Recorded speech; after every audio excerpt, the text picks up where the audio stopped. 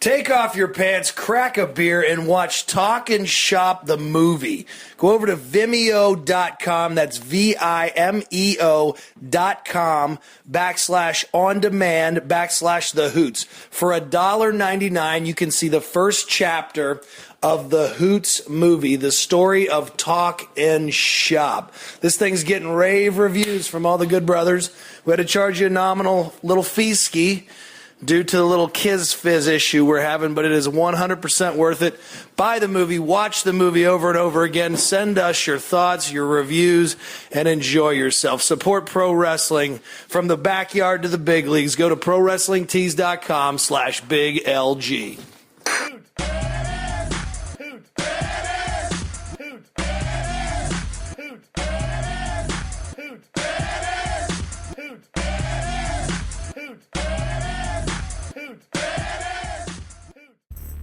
The following contest is scheduled for one fall. Coming down the aisle, the host of Shop Talk, at Machine Gun, K.A.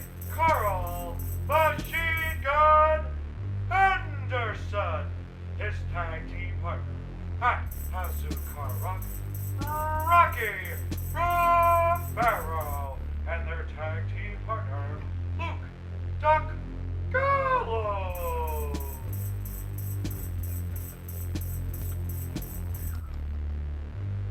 Oh, hell yeah. Welcome to another week of Talk and Shop, the worst podcast. It sounds like Cabana. Worst podcast on planet fucking Earth. It is unique. It is as unique as it comes right now because I'm in Cincinnati, Ohio. This is the Gunski. We got, who else is here? Me, producer, Rocky Romero, of course. I'm in Los Angeles. I'm out here on the East Coast. So we got East Coast, Central, and Pacific time. First time ever on Talking Shop. I know. We got special man. We got the man that brought Talking Shop to the entire world. So I don't know if he's a brilliant expert or he's an insane nutcase. We got Court Bauer with us, man. This is very special. We're happy. Thanks for coming in to the shop, man. Hey, man. As long as this podcast actually makes the air, unlike the other half dozen podcasts that you sent me, and then you're like, wait, no, we're gonna the superheat. We got to kill those podcasts. Me and Gallo just did one the other night. We had a couple beers and we did one. No big deal. Sent it to Rock. Rock goes, hey, is this usable? And I go, let me give it a listen. I think it is. About 10 minutes later, I write him and go, nope. There's so many of those. So fucking many of them. We can't even sit down and just have normal conversation without saying something stupid. Oh, some of the ones that you guys have not been able to release, I don't want to blue ball the audience, but man, listening to them, I'm like, oh, this is going to be ridiculous. I can't wait for this to drop. And then sometimes on 10-hour notice or even less before I go to bed, whoa, dude, wait, we can't drop that. We're sending you a new one. I was like, what? This is perfect. This is great. I laughed my ass off for 33 minutes. It sucks, man. But I do so where are we? So I'm in Cincinnati, Rock's in LA, Korski's in New York ski. Me and Rock are jet lagged beyond fucking belief. I was just about to say, when did you guys get back? Yes, got back last night. Rock, brutal, man. We traveled almost 24 hours, but we did this hellacious travel day from Fukuoka to Tokyo, and then we got me and Rock thought we were in North. You want to explain that, Rock? You guys didn't think you were in China, did you? Let's say we had a moment we were both a little hungover, and we had a moment we thought we were that we got propaganda and taken somewhere else. Yeah. So of course we're sitting on the plane, and I'll probably add in this. We did a 15-minute podcast on the plane. I think I might add it to this one just so you guys know what we're talking about. But we were sitting on the plane. We were talking about Kim Jong-un, of course. Of course. North Korea, because that's what we do all the time when we're not talking about wrestling. So when we landed, they had this weird Terminal 3, and we didn't even know there was a Terminal 3 in Narita, and we've been coming to Tokyo, for years.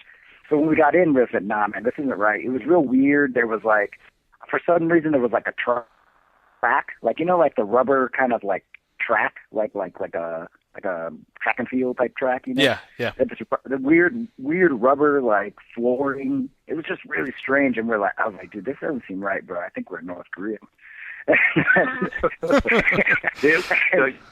plane ride was weird. Like the plane was extra bumpy. The stewardesses were speaking weird to us in this weird, really broken English that we hadn't heard before. It was fucked up, man. What were you guys drinking? Nothing at that point. We were dealing with hangovers. Holy shit! Yeah. Well, we were a little hungover and was thinking we landed and literally Rock's like, dude, there's no Terminal 3 at Tokyo. And I was like, dude, this is. I was like, dude, we're like lambs being led to slaughter, you know. I was like, well, where the fuck are we right now? Because we were so weirded out, and all of a sudden they go, oh, it's this new terminal, and we're in Terminal 3. Like, how do we get to Terminal 1 to where we need to be? So it took us half an hour to get to Terminal 1, and it was just. And then it just proceeded to be the worst travel day of all time. But, yeah, I mean, yeah.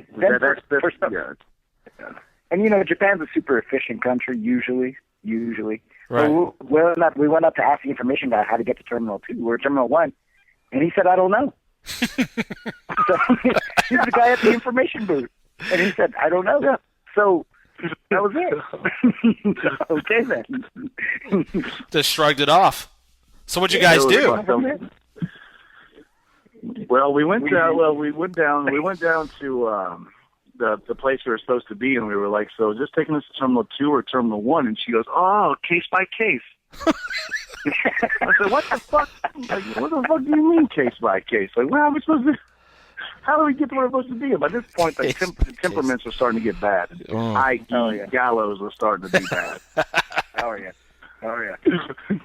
Big temperamental who was just starting to get on fire, just furious. And everybody Tom was starting to get pissed. I'm of course starting to get the end.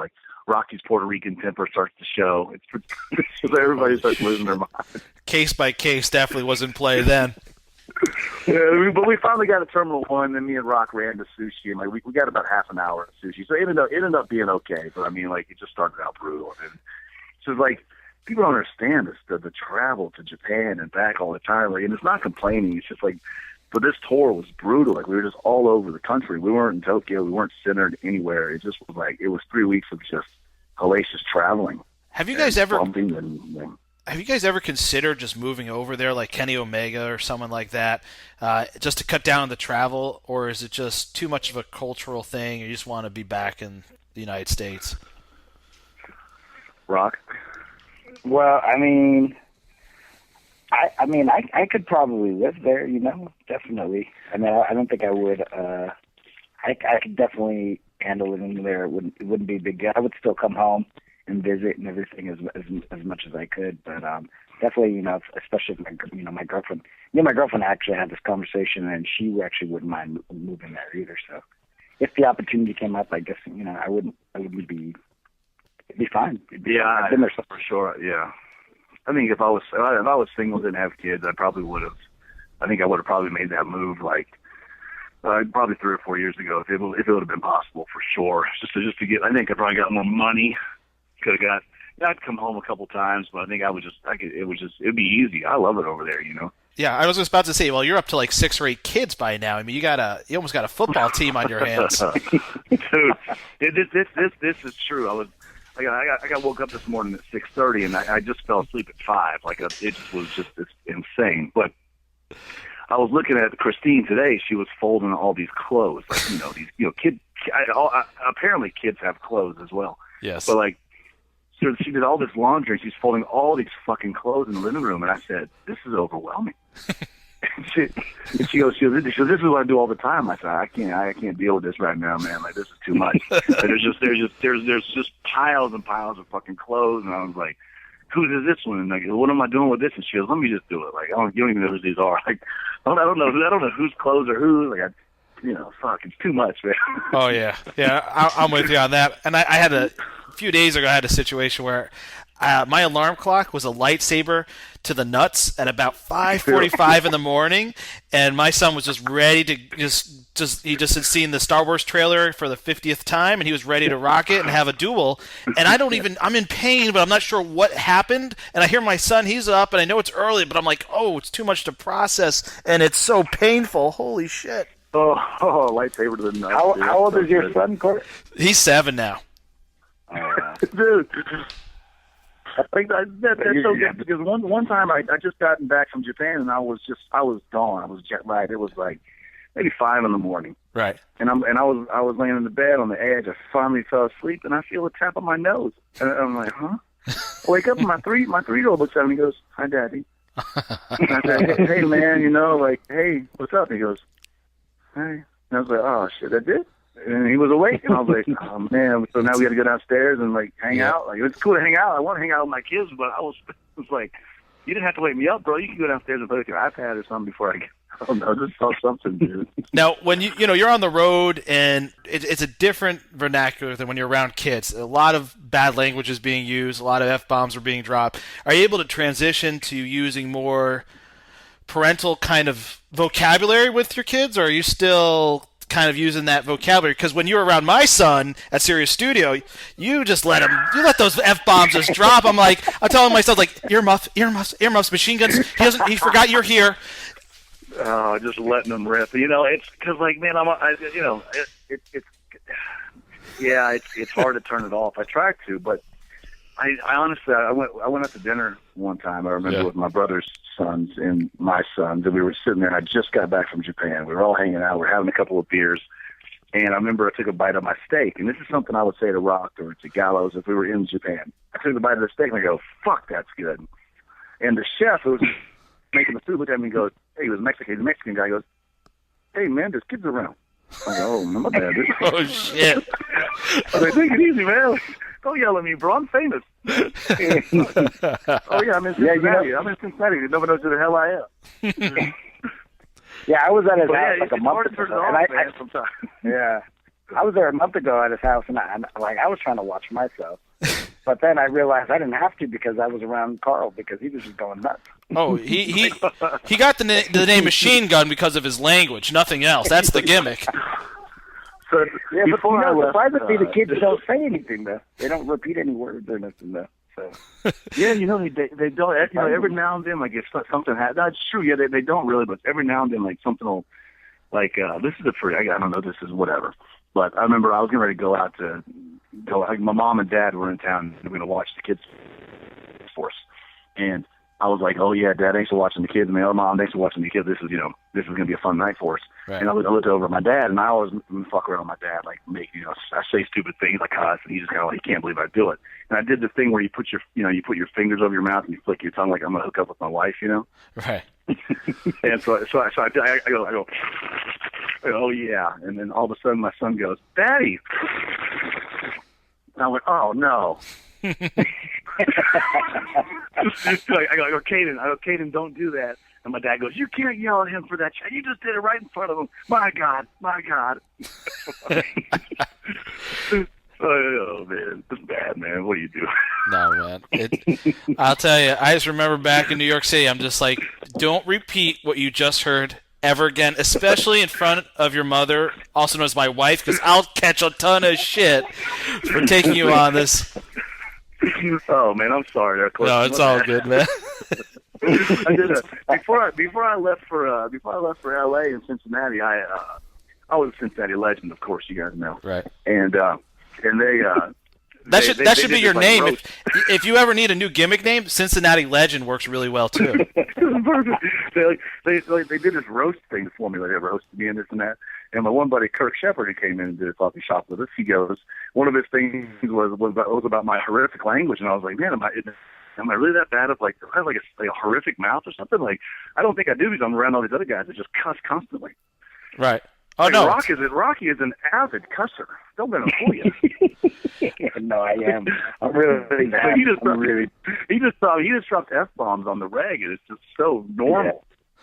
Yeah, for no reason. Just drop F-bombs. Hey, you want to go get some fucking breakfast? I'm like, dude, come on. Yeah, exactly. Even Tiger, being around Tiger a little bit, my God, that guy uses the English language like an artist.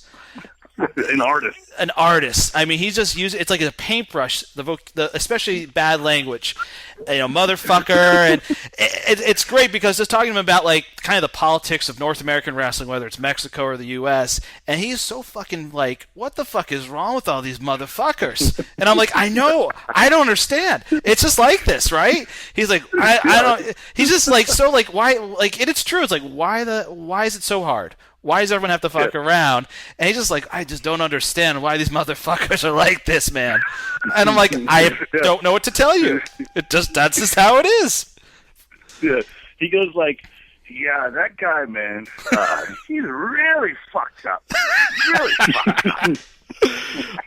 Like even Hattori, who like just like really funny English, just uses the F word like he doesn't know tomorrow. Oh, he's the best. Man. Oh, he's a master. Kortsky, are you a big cusser? Yes. I try when I'm around the kids to not be, and it's so damn hard because, like, I work a lot from home, so it's like I'm on calls all the time, and it's like, man, I gotta, like, go off into my home office to make sure they don't hear it, but it's like, it's hard. It's so hard. And the other deal is using wrestling vernacular in general around just normal people, and it's like, oh man, I don't want to catch heat from the wife, or kayfabe or whatever. Dude, that's a shoot. Like, what's a shoot? What are you talking about? It's so hard. It's like, man, I probably sound like a fucking idiot. Of course.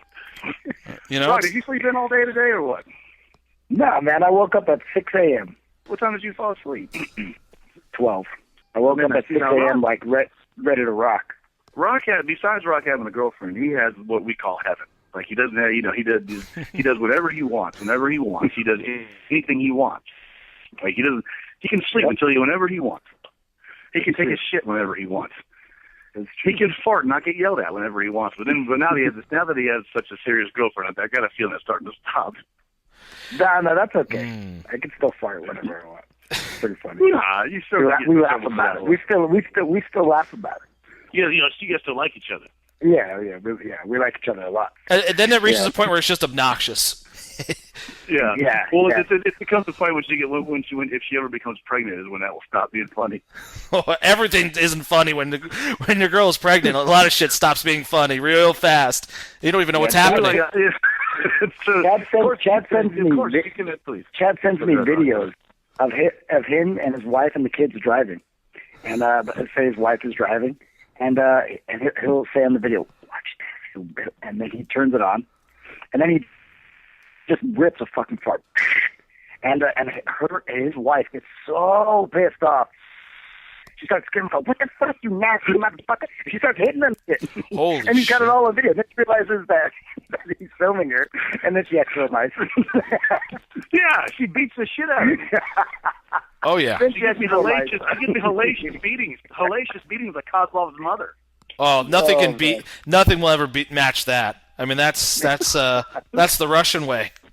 Oh, I hope we can find those one day.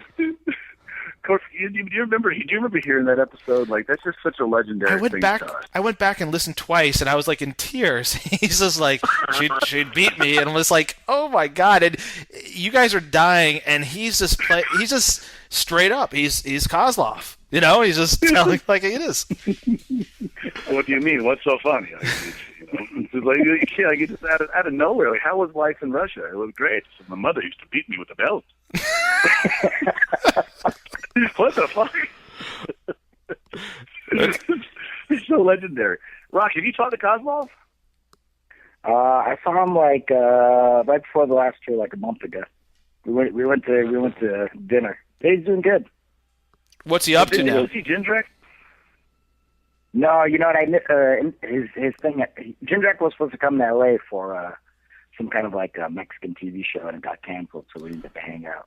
So just me and Kozlov just went to dinner. What's Kozlov up to now? No, he's just being Kozlov. Just chilling, living off the land. Do you remember back in the day? Because it was like 2004. Rocky, you'd come in and done a shot for me in MLW in Orlando, and Bobby Quantz was part of the. I think he was somehow involved with the Havana Pitbulls at the time. Right. And this guy could go. I mean, he was a guy out of California, and he was really amazing. And then I think he signed up to join the Marines or something, and I never saw or heard of him again. He became a Navy SEAL. Oh shit! No kidding. Yeah, no, he became a Navy SEAL. He did like he was in. I think he was in the Navy for like 8 years or something like that. He was in it for a while. He just got out a couple of years ago, and now he's actually going to medical school. And, No shit. Yeah, I actually just talked to him like a month ago because he asked me about his senior thesis when it was going to be on concussions, and he interviewed me for it. So he's an interesting, one of the smartest guys I've ever met, and a crazy athlete. Yes, smartest guy. He's basically got it all. Yeah. Yeah, real natural athlete. I mean, just really quick on his feet. I thought he had a lot of potential in wrestling, but now he's going to med school. That's amazing. Yeah. Even smarter. Yeah, it's crazy. So I think he's got his plan. He's going. Yeah, Court booked him. That was probably my last. Just for the record, I think Rocky, you were on my last show ever. So thank you for killing the territory. Thanks for killing the territory, little hoot. That's what I do. Son of a bitch. I'm trying to kill New Japan. Why couldn't we get that kind of hot streak when you came in? God damn. But that was a lot of fun. I remember it was like you guys in there. I can't remember if you worked Harry Smith and Tyson and Kidd. Yeah, TJ. Yeah. And man, that was just a lot of fun. I think Harry Smith at the time was like, and TJ, Tyson Kidd, was like, they were like 18. I remember Harry was like studying for midterms in high school. He was still in high school when he wrestled for me. And you guys were just starting out. How young were you back then in 04? I have like maybe 20, 21. Wow. Yeah. So you weren't Sleepy Hoop back then. No, oh yeah, he was sleepy. This motherfucker he's never worked a real job in his whole life. he never bagged groceries. He never had to drive a car. He never had to be a bellhop. He never had to do shit. He just wrestled. Bellhop. Imagine me as a bellhop. That was it, dude. Since he was 16, man. Well, right, I don't know why you're so damn tired. We had to start the show like 10, 15 minutes late because you weren't awake. Exactly. Guys, I've been up since 6 a.m. 7:15, I was at CrossFit, jumping around and doing a bunch of shit. At 10 o'clock, I was getting my hair cut, and then I went to lunch with my girlfriend. Did the fans ever get to see Rocky's haircut from the last pay-per-view? That would have been Invasion Attack in April, man. He looked like my 3-year-old cut his hair, man. Who cut your hair? Tell the people what happened. Rock basically got a blind man to cut his hair. in Tokyo. Japanese supercuts? Old man could barely see his hair. Yeah, Japanese with like glasses. Could barely see cut his hair. The hell's going on? Hey, so I'm a little cheap, so I went to like it was a $10 haircut in 10 minutes. So I went over there. And then, is that the gimmick?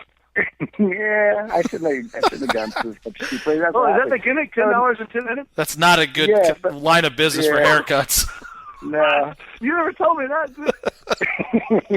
Is there like a little clock that counts down? No, but they do have. It says the timer on your ticket, so the guy is constantly watching the clock. So he's distracted half the time. You could, yeah. Wait, he can barely see the damn clock because he can barely see. But how did I know that? I wasn't supposed to know that until he started. He got midway through my hair and then was like pulling down his glasses and putting them back on. And I was like, dude, this guy can't see. He can't see. And then he was looking. And then he was asking me, like to help him, basically, like to hold the mirror. Anyway, yeah, whatever. That's a fucked up gimmick, dude. So whatever, I had to pay. Yeah, so I paid him the $10. I got out of there, and then I thought, oh, it's not that bad. But when I got to my room, I was like, holy shit! No, actually, no. I saw you. I saw Chad in the lobby, and I had my hood over my head because I wasn't too sure about it. I was gonna wait till I got upstairs to really give it a good check. And then he goes, and he said, "Oh, you got a haircut?" And I said, "Yeah." And I put my hoodie down. And he goes, "Oh, what the hell happened to your hair, bro?" And I was like, "Oh, is it that bad? Is it that bad?" You're like, "Yeah, it looks terrible." And I was like, "Oh, it was all crooked. It was completely crooked. There was no fading lines or anything like that. Usually it looked really cool, but I would." Oh yeah, but then we got to the building. We got to the Ryogoku. Then we get to the Ryogoku, and you walked in, and then AJ said something like, "Rock, man, what the freak happened to your hair, man?" Yeah. Then I don't know. Then somebody got your haircut. Yeah. Then Okada came up to me and asked me, "Oh, did you get a haircut? Looks so strange." And I was like, "What the hell?" So anybody that watches back at NJPW Invasion Attack 2015 realized that Rock had a shit haircut. Oh yeah. That's I'm like an asshole. I'm starting to get embarrassed now and get all hot and everything, just like thinking about it. Like, yeah. It looks strange. I don't think this 10-minute haircut deal is going to franchise out to the U.S. anytime soon. No. Definitely not going back. I'd rather you take 20 minutes and do it right, you know? Right. It's like, what happens if you're not satisfied? Can you take it and you go Broadway? Can you take it and add another 5 more minutes or some shit? Well, the guy ended up going over because he couldn't see. He couldn't see my hair. He couldn't tell what he had cut, what he didn't cut. Like, he was confused. Holy shit. Whatever. Hey, Kortsky. Yo. Thanks for putting us on the air, man, for the whole world to hear. Yeah, I don't know if they're going to thank us, but... Yeah, thanks for being the one to put Talking Shop on the air, man. Let me and Rock and Gallows sit here and just talk about ourselves. Well, you guys sent me that pilot about almost a year ago, and you did that the demo, the pilot, whatever. And I listened to this thing. I'm like, holy sweet Jesus, I want this on the air right now, right now. I don't know where this is going, but this is so fucking entertaining. I just want to get it out there. And here we are, about a year later, and I remember making my wife listen to it. I was like, "What do you think?" And she's just like, she's not in the wrestling thing or at all, so it's like, I don't know. Yeah. I was like, "Trust me, this is ridiculous." She's like, "I don't know," and I was like, "It's a guy thing. It's really fucking funny." And I'll tell you, I've laughed so hard. I mean, I've been in tears. Like Gallows and all the shit with him in college, those stories. Oh my God, it's great just to be able to get an idea of what goes on in your world and how it's so different getting 10-minute haircuts for $10 in Japan. I mean, that's just it's a different scene over there. And of course, I hope we have some more cameos from Doc's friend. I don't know. I don't want to mention his name. I don't want anyone catching any heat, but I hope he returns to the show in some capacity and makes a cameo soon, because he was definitely one of the surprise shining stars of Talking Shop thus far. Who the hell are you talking about? Sex Ferguson? Takanori. No, he's talking about Takanori. Yeah, I gotta.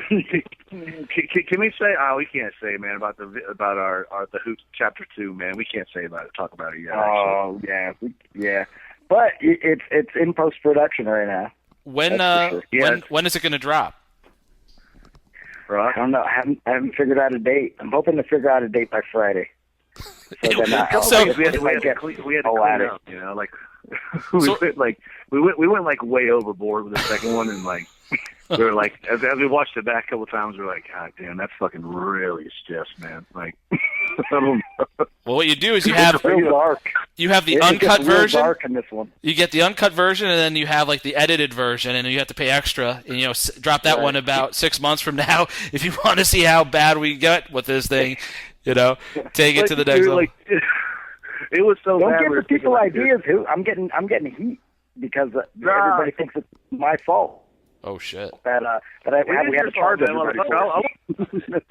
It is your fault, motherfucker. I want to put it out for free. We're Roger. Let's make some cash, man. It's not my fault. It's not my fault, dude. But this was my fault. Me and Rock and Kyle O'Reilly were pre-watching, and Kyle was in tears watching it for the first time. that helped. Hollywood Hoot. A couple of people have said that it's actually better than the first. That's been the feedback so far. That's what you want to get as a reaction. I want to see an advanced screener. I love that last time you're like, we're going to drop this soon. I was like, well, when are you thinking about dropping it? You're like in 2 days. I'm like, whoa, promote this thing. Promote this thing. Holy shit. God damn. You're talking about dropping part 2. You're like, I'm going to think about this Friday. I'm like, he's going to drop it on Tuesday. Yeah. We couldn't wait. You know what it is? We got too excited. We couldn't wait because we were so happy it was done and we had finished it. We were so proud of it. We couldn't wait. You got to have the movie posters. You got to do the whole push here. Rock was all fucked up in the Delta Lounge and we're like, fuck it, I'm putting it out. And I was like, man, hold up, man. Wait. I heard about that Delta Lounge. The Delta Lounge gets frequented every time we go home, and it's just utter insanity. Oh yeah. By the end of a tour, I can imagine how it is. Korsky, have you been to Japan? No, never been. Oh man, it's about time to make a trip, man. Oh, I hope to one day very soon make a trip out there, man. It's on my list. I've always wanted to go, just it's never worked out that I've went. When I was with WWE, they went a few times, but they had a skeleton crew. But other than that, I just really haven't had a chance to get on over there. But I've always been a huge fan of Japanese wrestling forever. Like once I discovered, like the WCW Super shows were kind of like my first kind of exposure to New Japan, and even having knowledge that there was Japanese wrestling, and seeing how guys like Chono and Muda and Choshu and all these guys were out there just blew my mind. And with their style of wrestling seemed so much more serious and sport oriented, kind of like a combat sport. And that was like a revelation to me, like 91, I guess, 92. And then I, started to learn more and more about it over the next few years. But I love Japanese wrestling, and I know you guys do too. And, having a job in New Japan, it's got to be a great experience because you do what you wanted to get in the business to do, and that's just work your ass off, have a crowd that appreciates it, and, if a love situation like with Takanori develops, so be it. We're not here to judge. We're just not here to judge. Who's to judge? No, no. Yeah. I would say that the wrestling's more serious. Except for my last two pay-per-views, I've been dancing like a fucking Latino guy in the like Puerto Rican Rocky in the ring with Maria. So yeah, I'm trying to change the business over there, man. I just heard or I just read Meltzer's review of the match. He was just didn't know what the hell to make of it. He's like that was not a New Japan match. I don't know what the hell's going on here. He's like they had the camera up Maria's ass. Man, I look at it like the 5,000 people in attendance were laughing, having a good time, entertained. I think shit's got to evolve sometimes, Well, you got to have a little bit. You got to have something a little bit different here and there because the same old. After a while, it just. If every fucking match is strong style 4-on-4, that shit bores the fuck out of me, man. Give me some dancing shit. Give you some dancing. Have Gallows lose his pants like you did in August. You got to have. Exactly. You got to go out there sometimes. You never know what's going to go down in a situation like that. Exactly. Because at the end of the day, you motherfuckers have been watching me long enough. They know that I can wrestle, so let's have some fun doing other stuff a little bit. It's silly. And how does the crowd take? You did that intergender match. You had Mrs. Gallows on your side, and you had Maria on Bennett and Taven's side. How did the crowd take to it? Like, it's such a I haven't seen it, but how is that kind of that vibe? Because it's so different than what they've done in the past. Women haven't wrestled in New Japan since China back over a decade ago. Yeah, dude. It was the kind of match that when I came back, it was. I had so much fun out there because the crowd was so into that Maria and storyline that we were doing. And when Amber chopped Maria for the first time, the place went it was huge. They couldn't believe it. They weren't used to that kind of stuff. And it was there live, it was hot. I know the powers of the be in charge of New Japan loved it, and the fans loved it. It was. I was glad to be a part of it. I loved it, and the internet wrestling fans, they are what they are. But yeah, I loved it. I don't want to do it again. I wanted the storyline to go longer, but I had to turn on it. Hey, Gunn, tell them about how the fans were reacting for the whole tour when she wasn't even there. Yeah, as soon as I got in the ring, they were chanting Maria the whole time, the whole tour, every single match. They're chanting Maria at me. And he's wrestling against Gato and Okada. That's what you do with that Maria. The fans, the Japanese fans were they absolutely loved it. So I was glad to be a part of it. And somebody texted me yesterday. I'm not gonna say who it was. Out of kids for his reasons, but he told me that people were worried for Maria when they saw her in the Fukuoka airport. They're like, "Are you okay? I can't believe that happened to you." And it was fun. Fans were trying to talk to me in the airport, but I had to be. I'm not a big on fans talking to me, so I tell them to shush away. But especially in that, but the fans were concerned for Maria because me and Gallows beat the shit out of her. And Jesus Christ! I know, gave her a good slapping, and gave her a magic killer, So is this it? This is the end of the road for that deal? No, I don't know. Who knows what's going to happen? But like, I know that I know that my character is not in love with her character anymore. So.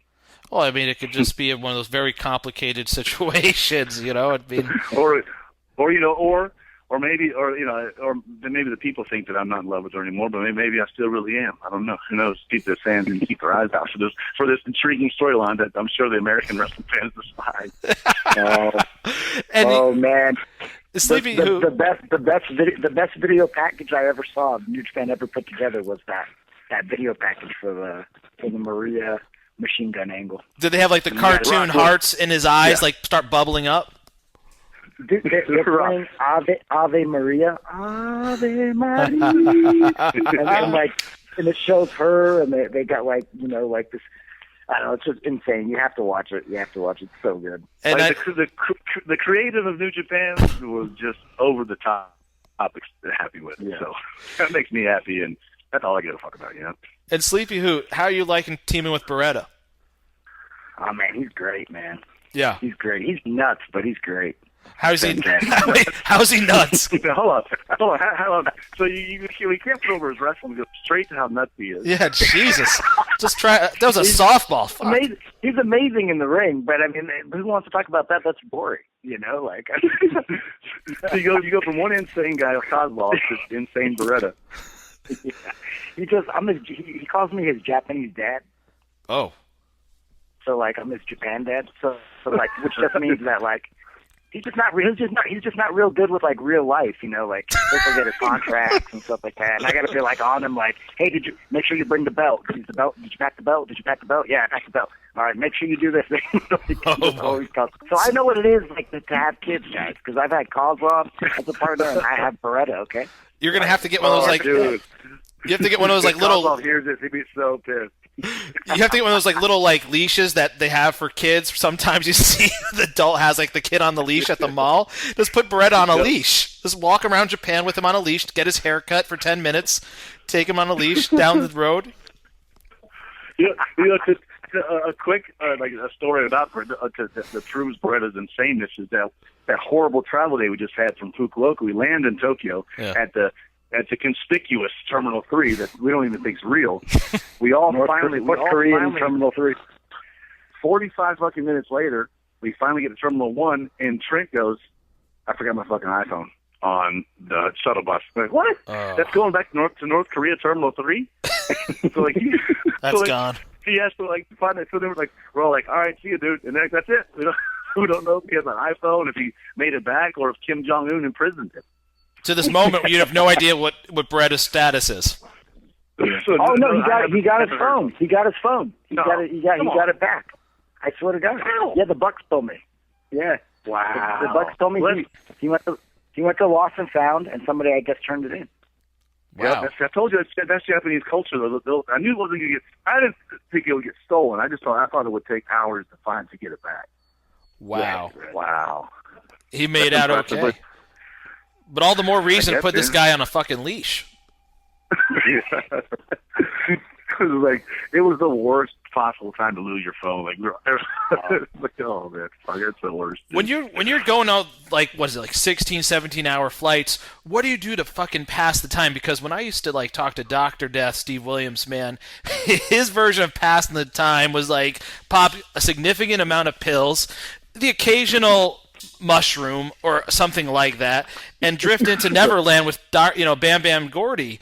And clearly that didn't work out very well for Bam Bam and company.